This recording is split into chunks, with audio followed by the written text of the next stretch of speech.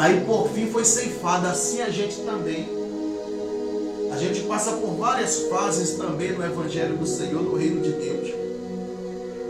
Mas Deus não quer que você desista. Deus não quer que você olhe para trás. Ah, mas eu tenho um parente que vai dizer, Deus me livre. Tem outro que vai dizer isso. Você só tem uma alma para cuidar, que é a sua. E se você não conseguir cuidar da sua própria alma, quem vai cuidar? E depois, quem vai prestar conta com Deus? Não é você? Por isso eu falo para você, cuida da sua alma.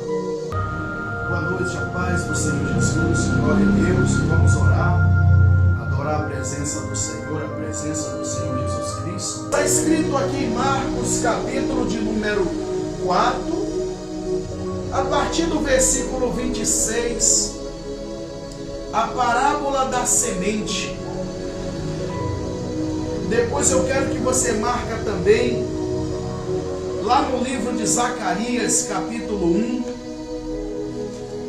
se você tem a Bíblia com você, o Senhor, a senhora também tem a Bíblia, coloca perto de você, mas tem que ser em prática. A palavra de Deus é assim, Jesus disse assim, seja ouvinte, mas seja também praticante. A palavra de Deus, ela não pode só soar no nosso ouvido como uma trombeta. A única coisa que vai soar em nossos ouvidos um dia vai ser a trombeta. E a Bíblia diz que todo mundo vai ouvir, né? Porque o sonido de trombeta, né, só tem um anúncio dizendo que chegou o reino dos céus. Então é muito simples para entender. Agora a palavra de Deus aplicada no seu coração, você tem que meditar. Presta atenção nessa parábola. A parábola da semente. Diz assim a palavra de Deus. Disse ainda, o reino de Deus é assim, como se um homem lançasse a semente na terra. Está vendo? O reino de Deus é assim, como se um homem lançasse a semente na terra, depois dormisse. Você sabe que a semente, para ela nascer, ela passa dias, não nasce de um dia para o outro. Então o reino de Deus também é com tempo. É por isso que é necessário a gente buscar não somente uma vez, porque nós temos que dar tempo ao Espírito Santo trabalhar no nosso coração. É verdade ou não é? Eu não aprendi sobre o reino de Deus uma vez só. Para me aprender sobre o reino de Deus, eu li a Bíblia por várias vezes. E participei de reuniões por várias vezes. Reuniões de libertação, de livramento, de bênção. Então aí eu cheguei a uma conclusão que aprendi algumas coisas. Mas eu ainda estou aprendendo, eu estou estudando ainda a Bíblia. Entra dia, sai dia, eu volto de novo no começo e continuo aprendendo a Bíblia e meditando nela. Porque é meditando na Bíblia que você pega o conhecimento do Espírito. Porque o Espírito Santo, ele dá a revelação da palavra. Mas a leitura e aonde estar tem que vir de você. Você tem que se esforçar, senão você não consegue. Senão a palavra de Deus entra no ouvido e sai pelo outro. Mas olha o que ele está dizendo sobre o reino. Disse ainda, o reino de Deus. Ele está falando o reino de Deus, o Evangelho. Ele está falando o Evangelho do Senhor.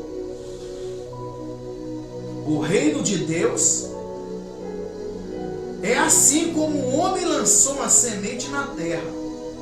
Depois ele dormisse e se levantasse de noite e de dia. Passou alguns dias. e a semente germinasse e crescesse, e não sabendo ele como. Há coisas que acontecem na nossa vida que a gente nem sabe como.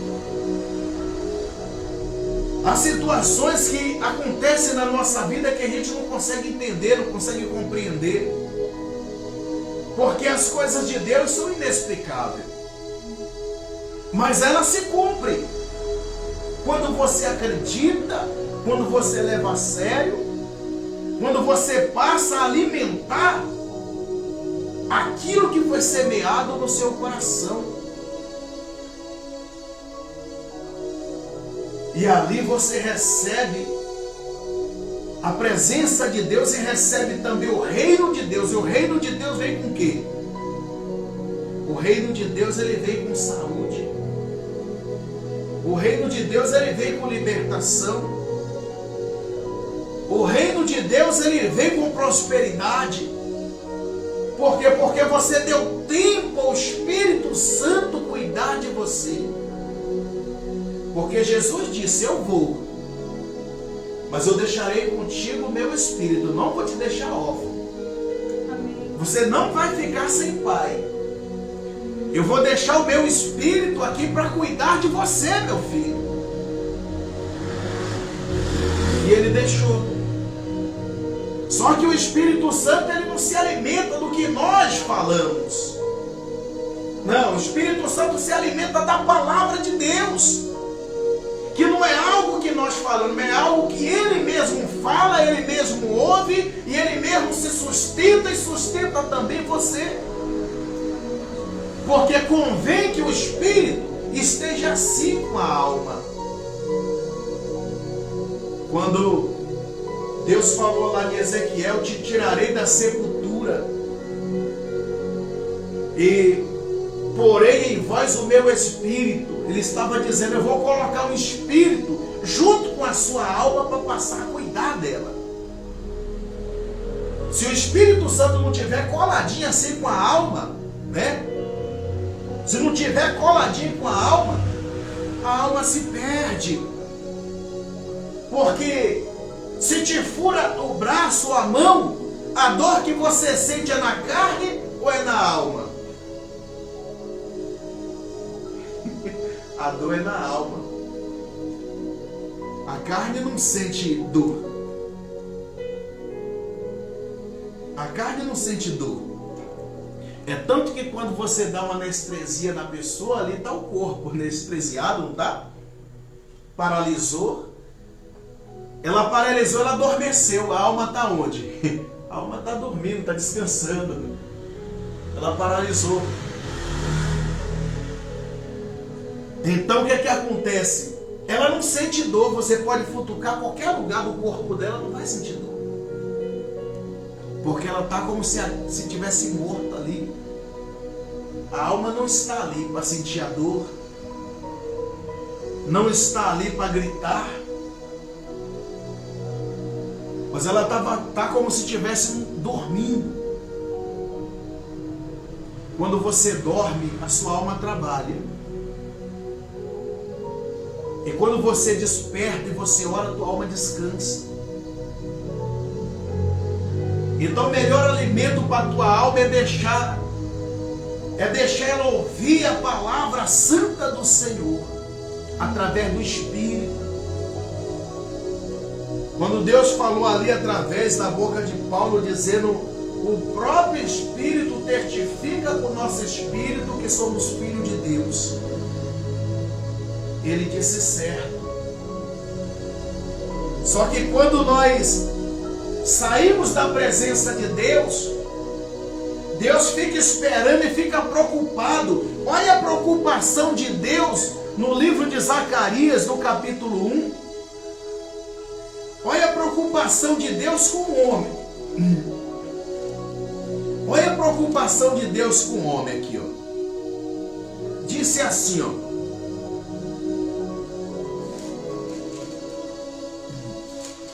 Zacarias capítulo 1, versículo 1 diz assim, ó. No 8º mês do 2º ano de Dario, veio a palavra do Senhor ao profeta Zacarias, filho de Baraquias, filho de Idor, dizendo: o Senhor se irou em extremo contra vossos pais. Ele estava avisando ali os filhos.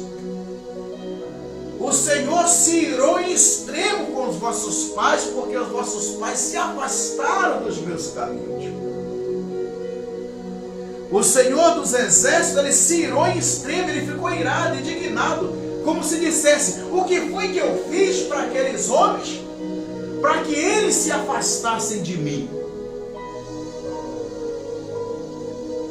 O Senhor agora está perguntando para essa pessoa que se distanciou dele, está perguntando agora: o que foi que eu te fiz para que você se distanciasse de mim, se tudo que eu fiz por você foi o bem? Porque Deus é bom. A Bíblia diz que Deus é bom. Tem alguns aí falando como se fosse juiz de Deus ou advogado de Deus, dizendo que Deus é isso, Deus vai matar, Deus vai matar ninguém. Deus vai salvar você. Deus, ele não tem esse senso de vingança. Enquanto não chegar o dia, não chegar a hora, Deus vai te dar oportunidade, quantos você quiser. Só que quando chegar a sua hora, meu irmão, aí não tem mais jeito. A não ser que você faça a oração de Ezequias. Se você tiver a fé de Ezequias, fazer aquela oração e tiver crédito com Deus como Ezequias tinha, aí tem jeito para a morte. Então, Deus está falando que veio a palavra do Senhor a Zacarias, e Deus se irou muito por causa dos vossos pais. Ele disse: o Senhor se irou em extremo contra os vossos pais. Portanto, disse-lhes: assim diz o Senhor dos exércitos. Ele disse para os nossos pais: tornai-vos para mim, diz o Senhor dos exércitos, e eu me tornarei para vós outro, diz o Senhor dos exércitos. Só existe uma maneira de você fazer uma aliança com Deus, fazer um pacto com Deus: é você retornar para Ele. Não é Deus que vai atrás de você, você que precisa ir atrás de Deus. Você precisa ir atrás de Deus e fazer como disse a parábola da semente. Ter paciência de esperar nascer a semente, ter a paciência de esperar a semente brotar, germinar, depois crescer, nascer o fruto, para depois que nascer o fruto você colher, você meter a seiva e colher. Não existe essa de eu vou forçar a Deus e Deus vai ter que me dar. Não tem essa. Porque quem nasceu primeiro? Quem te sustentou? Quem fez o céu, a terra e o mar? Quem fez as coisas que você comprou dizendo que é sua? Não foi Deus que fez? Não foi a ciência. Quem fez a ciência? Porque antes da ciência Deus já era.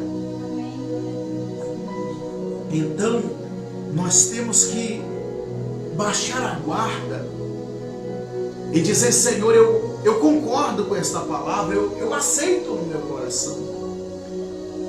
Mas também, a partir de hoje, eu vou me esforçar mais um pouco, Senhor. Eu vou me esforçar mais um pouco para agradar o Senhor nas minhas atitudes. Eu vou passar a buscar o Senhor. Eu vou passar a buscar com mais amor, com mais carinho, com mais intensidade. E voltando lá na parábola da semente, em Marcos 4, 26, ele diz: disse ainda, o reino de Deus é semelhante, né? O reino de Deus é como, né? É como um homem que lançou a semente na terra. e depois dormisse, quer dizer, ele lançou a semente e foi tranquilo embora. Dormiu, passou dia, passou noite, ele esperando no Senhor, aguardando no Senhor.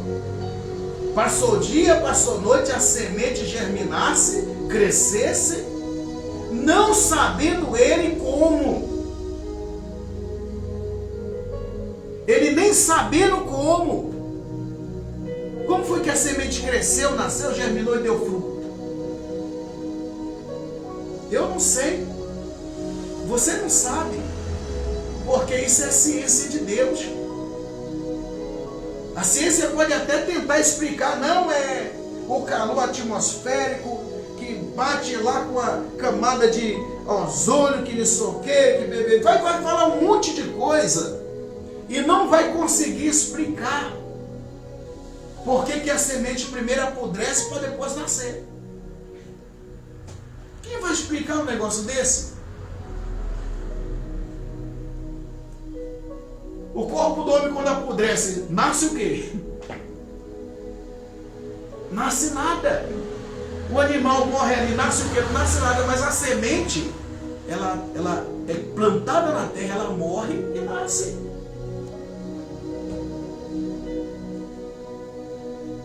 E disse assim, ó, no versículo 28, ele disse, ó, a terra, pois, si mesmo frutifica. A terra, por si mesma, ela frutifica.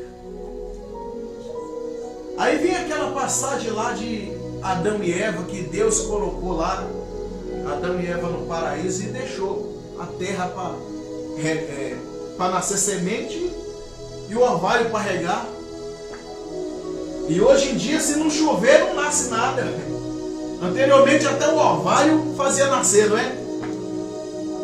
E hoje você vê, se não der chuva, não nasce. E se der chuva demais, também perde.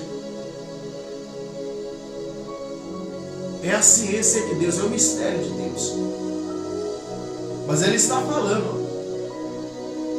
ó, a terra por si mesma frutifica. Primeiro a erva, depois a espiga, e por fim o grão cheio na espiga. E quando o fruto já está maduro, que é a consumação, logo se lhes mete a foice, porque é chegado a ceifa. Você sabe o que Jesus quis dizer nisso aqui, nessa parábola? Que você precisa se alimentar da palavra de Deus, precisa se firmar no reino de Deus, como aquela semente que foi plantada, brotou no reino de Deus ali na terra, né? Deu a espiga ali no reino de Deus na terra ali, e depois madurou. Aí por fim foi ceifada. Assim a gente também. A gente passa por várias fases também no Evangelho do Senhor, no reino de Deus. Mas Deus não quer que você desista. Deus não quer que você olhe para trás. Ah, mas eu tenho um parente que vai dizer, Deus me livre. Tem outro que vai dizer isso. Você só tem uma alma para cuidar, que é a sua. E se você não conseguir cuidar da sua própria alma, quem vai cuidar? E depois, quem vai prestar conta com Deus? Não é você? Por isso eu falo para você, cuida da sua alma. Viva no reino de Deus. Viva para Deus. Não que você vai viver um evangelho por medo. Deus não te chamou por medo. Deus te chamou para ser forte e corajoso. Deus te chamou para dar fruto. Não foi para sentir medo, para se intimidar. Deus te chamou para te salvar. E para salvar, você precisa estar no reino de Deus. Porque o próximo reino é o reino dos céus. Onde Deus falou, farei novo céu e nova terra. Porque essa terra aqui um dia não vai existir mais.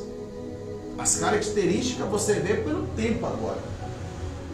Eu ligo pro pessoal lá em Brasília, mas aqui tá quente. Eu ligo em Goiás, está pior ainda. Eu ligo lá na Bahia, tá quente, aqui tá fervendo, não tô suportando. E aqui em São Paulo também, de vez em quando no Rio de Janeiro também.